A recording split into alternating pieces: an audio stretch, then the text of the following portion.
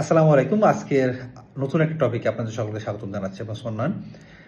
বাংলাদেশে বেশ ভাইরাল ২ টা টপিক আজকের জন্য। সেটা হচ্ছে যে গতকালকে থেকেই মুস্তাফিজকে নিয়ে সারা বাংলাদেশের ঐক্যমত্য খুব দারুণভাবে ফুটে উঠেছে এবং ইন্ডিয়াকে যে আমরা ডিফেন্স করছি এটা শুধুমাত্র ওই ২৩ বা ২৪ এর ইন্ডিয়া আউট প্রোগ্রাম থেকেই না।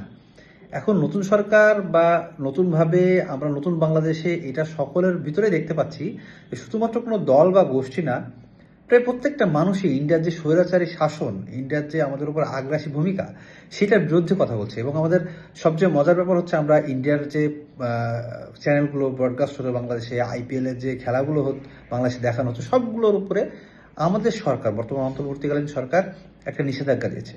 এবং মুস্তাফিজের প্রশ্নে কিন্তু সবাই এক, এবং বাংলাদেশ এই এক থাকাতে বাংলাদেশ কিন্তু ইন্ডিয়ার যে স্বৈরাচারী মনোভাব, আমাদের উপরে যে দাদাগিরি, সেটা থেকে কিন্তু আমরা অনেকটাই মুক্তি পাবো। কারণ আমরা এক না থাকলে যেমন পিছনের মানে একা থাকলে যেমন কাউকে স্বীকার করা সুবিধা হয়, আমরা এক না থাকলে আমাদের স্বীকার করা ইন্ডিয়ার জন্য খুবই সুবিধা। বৈশ্বিক পরিস্থিতিতেও কিন্তু তাই, যার বন্ধু নেই তাকে স্বীকার করা খুবই সহজ।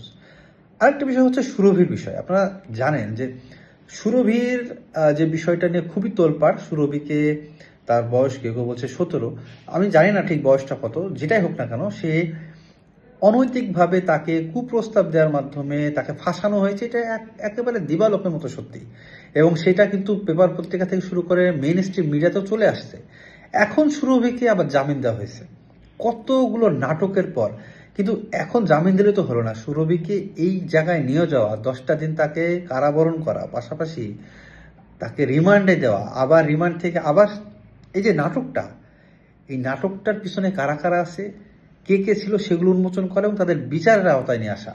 এই টোটাল বিষয়টা যতক্ষণ না পর্যন্ত সুস্পষ্টভাবে সামনে না আসবে, বিচারহীনতা থেকে আমরা মুক্তি পাবো না। আজকে সুরভি, কালকে অন্যজন, তারপরে আপনি, আমি, এইভাবে প্রত্যেকেই। তাহলে আমরা স্বৈরাচারের বিরুদ্ধে যে আন্দোলনটা করলাম, যে লড়াইটা করলাম, সেটা থেকে তো মুক্তি পেলাম না।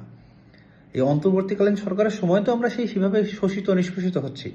যে কারণে আমাদের সকলকে আবারও বলছি, এই প্রশ্নে, স্বৈরাচারের প্রশ্নে আমাদের কিন্তু যেভাবে আমরা এক ছিলাম, ঠিক সেভাবেই নতুন বাংলাদেশে আমরা প্রত্যেকটা অন্যায়ের বিরুদ্ধে এক থাকবো।